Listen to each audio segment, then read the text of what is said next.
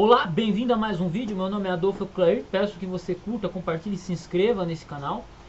Também tenho 3 informações a passar para você antes de iniciar o vídeo, que é: meu telefone está o primeiro telefone está na descrição, é meu. Então, caso você queira conversar comigo, trocar uma ideia, querer aprender grego e crítica textual. Segundo, caso você queira fazer alguma doação para ajudar o meu trabalho, na descrição tem uma conta de banco, você pode me ajudar mensalmente com qualquer quantia. Eu peço que seja pelo menos 10 reais, né? Menos que 10 reais hoje a gente não faz nada. E também um link de um bacharel, caso você queira fazer um bacharel em teologia, pagamento único, você pode parcelar em acho que 4 vezes, até em 4 vezes, o bacharel com o qual eu sou professor também. Eu dou suporte nesse bacharel.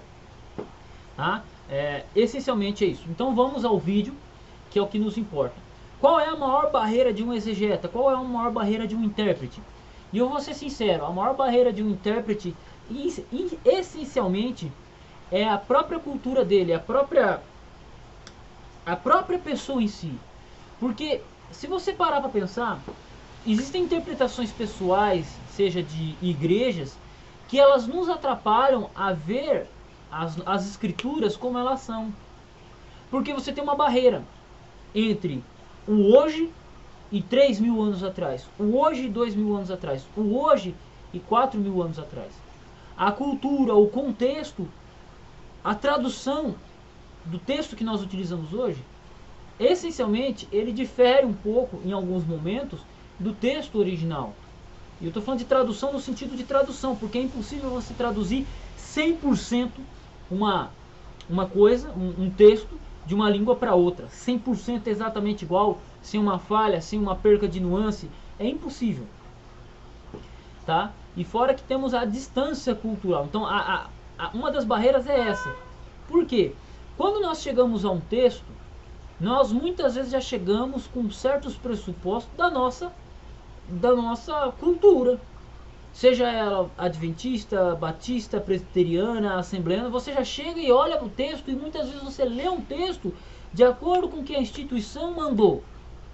E isso não é uma coisa assim que alguém chega para você e te manda crer no texto dessa forma. Mas você ouve um sermão, você ouve 2 sermões, você ouve 3 sermões, você ouve aquele pregador, você lê tal livro, e eles dizem determinadas coisas que, se você olhar para o texto bíblico, não é assim realmente. Então, o maior problema de um intérprete bíblico é essas barreiras, né, essas barreiras culturais e essas barreiras do próprio círculo de convivência desse intérprete. Entende? E eu não estou falando aqui, então você está pagando de isentão, Adolfo. Não. Nenhum teólogo ele é isento. Nenhum teólogo é isento. Ninguém chega ao texto, a qualquer texto, não é só o texto bíblico, a qualquer texto. Nenhum intérprete chega num texto neutro. Você não pega Luís de Camões, os Lusíadas, para ler porque você é professor de matemática. Você chega porque você está interessado, você tem preocupações. Por exemplo, qual é a preocupação do Adolfo? Qual foi o interesse do Adolfo Clair em ler os Lusíadas? Eu sou linguista? Não sou. Eu sou professor de língua portuguesa? Eu não sou. Mas eu sou estudante de história. E aí, eu quero entender um pouco a mentalidade que circuncidou os portugueses no período em que os Lusíadas foram escritos, que ele foi escrito, que foi no período das grandes navegações, das grandes descobertas. Foi no momento em que os portugueses estavam desbravando o mar. Eles tinham essa necessidade. Então veja que eu cheguei no texto com um olhar historiador e eu chego com esse interesse. Então muitas vezes as pessoas, um teólogo, ele vai chegar num texto bíblico, por exemplo, que é o nosso foco, que é o meu foco nesse vídeo, você vai chegar com interesse. Opa, será que a minha crença está certa? Será que a minha crença está errada? Será que tal pregador falou que está correto? Muitas vezes, e todas as vezes, nós vamos chegar com esse interesse. Eu tenho que refutar tal cara, e esse texto diz o que eu preciso. Então, essas questões, elas limitam o texto, a compreensão de um texto. Eu vou dizer para vocês agora, eu quero abrir um parêntese aqui, eu não costumo fazer isso, mas eu quero abrir um parêntese. Por exemplo, como que a Igreja Adventista do Sétimo Dia surgiu? A igreja a qual eu pertenço? A Igreja Adventista do Sétimo Dia surgiu devido à interpretação de um cara chamado Guilherme Miller. Guilherme Miller, ele foi o pai do Adventismo. Ele pregou e dele surgiram vários grupos, que são os vários grupos adventistas, do qual o Adventista do Sétimo Dia se destacou mundialmente.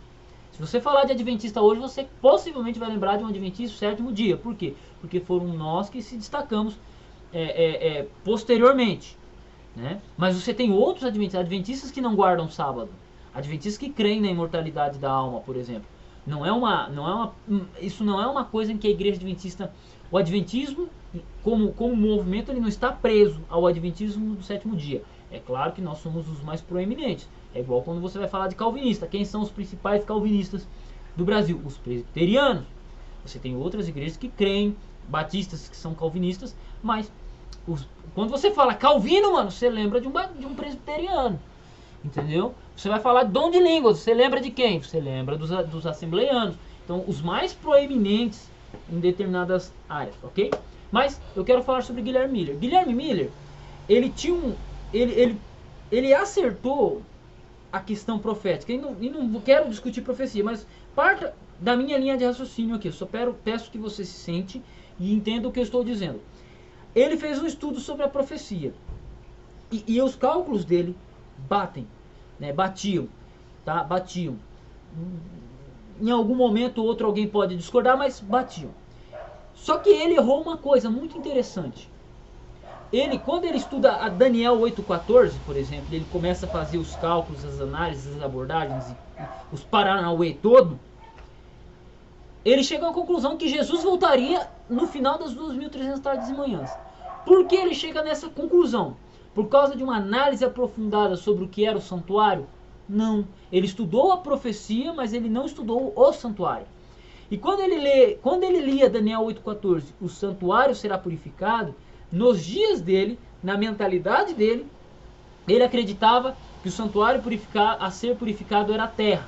Logo seria a vinda de Cristo. E é por causa disso que ele começa a estudar as 2.300 tardes e manhãs e acaba fundando um movimento que revoluciona, que faz um mó fuzuê dentro da América do Norte. E não só da América do Norte, do mundo todo. E outros teólogos também, que não estavam ligados a ele, em outras regiões, chegam a conclusões muito parecidas. Então ele acreditava que a terra era o santuário, mas nenhum texto bíblico diz isso, que a terra é um santuário. Eu não conheço nenhum texto. Se você conhecer, por favor, me informe. Então o que acontece? Veja que uma falha de interpretação no que era santuário fez com que ele errasse quase praticamente tudo. Ele acertou o negócio, mas por ele não compreender uma parte da profecia, que é o santuário será purificado, deu no que deu. É interessante isso. E claro que posteriormente os Adventistas do Sétimo Dia, o movimento Adventista do Sétimo Dia, continua entendendo que ele acertou em muitas coisas nas 2.300 tardes e manhãs, mas ele errou na questão do santuário. Ele não tinha esse conhecimento. Então veja, a barreira dele entender um texto, qual foi? Pressupostos que ele já tinha ou que ele ouvia de outras pessoas, de outros sermões. Entende? Aplicados na prática. E muitas vezes nós temos muito disso. Muita coisa que a gente fala, a gente não estudou profundamente para estar falando. Quando eu falo muita coisa mesmo, é muita coisa mesmo. Quem aqui já leu, já fez um estudo aprofundado sobre Oséias, Ageu, Naum? Ninguém fez. Mas volta e meia você vai ter alguém falando sobre o assunto. Muitas vezes nós somos obrigados a falar do assunto sem ter muito conhecimento. Com base em quê? Num vídeo que viu, numa pessoa que falou, num livro que leu. Mas não muito aprofundado. Então, essa, na minha opinião, é a maior barreira para o intérprete bíblico. É essa problemática, essa barreira cultural, né, que nos cerca. Eu estou repetindo de novo porque eu fiz toda uma volta para ficar claro o que eu estou tentando dizer para vocês. E nós precisamos, não é contornar isso, mas é minimizar o máximo possível. Certa vez eu ouvi um amigo falando, né, eu sou neutro, minha teologia é neutra. Não existe teologia neutra. Todos chegam ao texto com algum interesse. O liberal chega no texto com uma visão, o marxista chega no texto com uma visão, o conservador chega naquele texto com uma visão, o católico lê um texto com determinada visão, um adventista lê um texto com determinada visão, um assembleiano não lê. Só que, e eu digo que é quase impossível você colocar a sua visão, porque, cara, imagine, você vai pegar um texto, um livro, vamos lá, qual é o livro que você menos gosta na Bíblia? Você vai fazer uma análise aprofundada exegética dele? É muito mais fácil se alguém chegar pra você e falar, qual que é o livro que você mais gosta da Bíblia? Ah, eu gosto de Mateus. O cara fazer uma análise, muito possivelmente você vai fazer uma análise de Mateus do que fazer uma análise do livro que você não gosta. Entende? Sabe, um livro que você não tenha tanto domínio. Eu tenho um amigo que ele manja muito, ele gosta muito de Gênesis. Uma bagaça em Gênesis. Entende? Ele gosta pra caramba de Gênesis. E ele estuda Gênesis. Agora, pergunte se ele gosta de estudar aprofundadamente Apocalipse, por exemplo. Já não é a praia dele. Ele gosta de Gênesis. Ele acha importante as estruturas narrativas de Gênesis, que, claro, são a base de todo o desenvolvimento bíblico. Entende? Então, lembre-se disso. Toda pessoa chega num texto com um interesse. E isso não é ruim. Porém, pode atrapalhar a nossa interpretação do texto. Sabe quando você vai debater com uma pessoa? Debater não, você entra na roda de amigo, roda de trabalho, e os caras começam a falar, porque a Bíblia é assim, porque a Bíblia é aquilo. Aí você fala, não, o texto não é assim não. Claro que é, olha, o cara mostra pra você e tal, e você explica, tenta explicar o contexto histórico pra pessoa, ela não quer aceitar. Por quê? Porque ela pega aquele texto e utiliza da maneira que convém a ela. Entende? Então isso é uma das barreiras que o intérprete tem. A própria cultura, a própria convicção. Né? A gente tentar entender um texto lá de 2000 anos atrás, vamos ter dificuldades. Porque, primeiro, nós não temos todas as informações. Já começa por aí. Segundo, muitas das nossas convicções podem ser contrariadas. Podem ser contrariadas. Sério. A divergência, né? A divergência cultural. Então, são esses os pontos que fazem com que quando você lida com um texto qualquer, seja a Bíblia,